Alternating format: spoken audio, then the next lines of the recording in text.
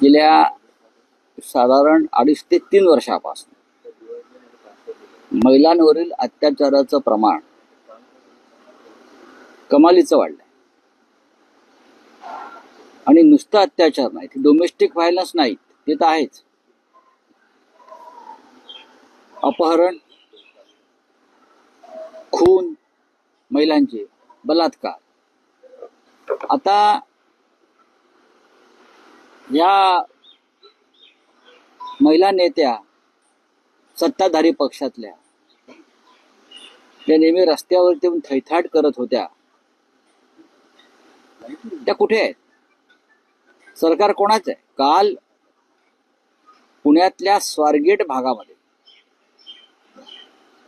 शिवशाही बसमध्ये जो प्रकार घृणास्पद, किळसवाणा आणि महाराष्ट्राला काळिमा फासणारा जो घडला, त्यानंतर महिला नेत्यांनी फक्त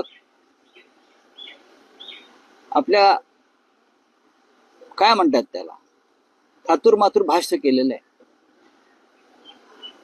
जर दुसरं सरकार असतं, महाविकास आघाडी म्हणा, काँग्रेस म्हणा, शिवसेना म्हणा, तर या महिलांनी मंत्रालयाच्या दारामध्ये गोंधळ घातला असता.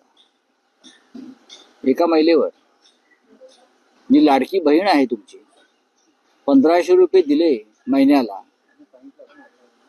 म्हणजे तुम्ही तिची अब्रू विकत घेतली का? महिन्याला 1500 रुपये दिले म्हणून तुम्ही गुंडापुंडा ना विकृतांना आमच्या बहिणींचं वस्त्रहरण करण्याचं लायसन दिलंय का? कोण आहेत पुण्याचे पालकमंत्री?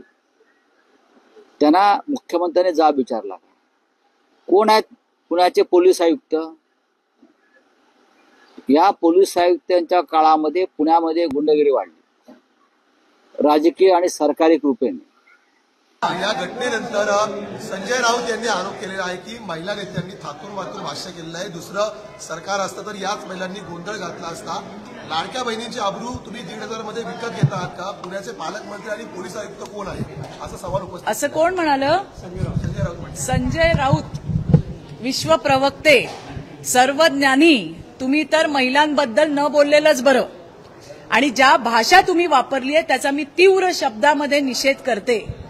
लाडक्या बहिणींची अब्रू विकत घेतलीये का असं म्हणणारे तुम्ही, तुमच्या बुद्धीची मला कीव करावीशी वाटते.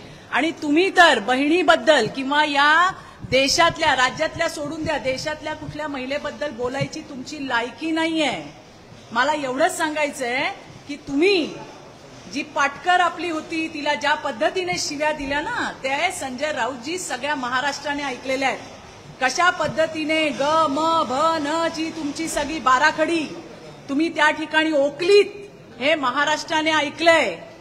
आत्ताची ताजी घटना, तुमच्या सहकारी नीलमताई गोरे ज्या उपसभापती आहेत, मी म्हणते उपसभापती पण जाऊ द्या, पण एक महिला म्हणून जिने वर्षानुवर्ष तुमच्यासोबत काम केलं, त्या महिलेबद्दल बोलताना सुद्धा तुमची जीभ अडखळली नाही.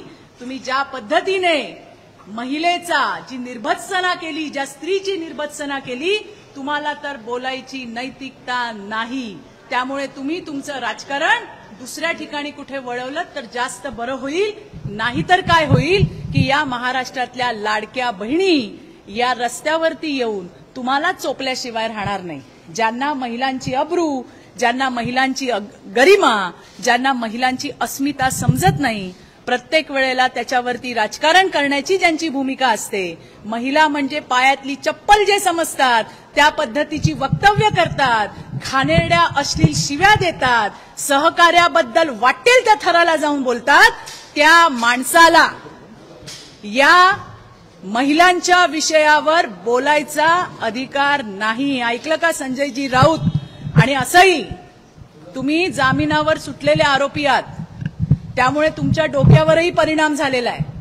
महिलांविषयी जास्त बोलू नका, नाहीतर येणाऱ्या दिवसात चप्पल खावी लागेल, हे लक्षात ठेवा.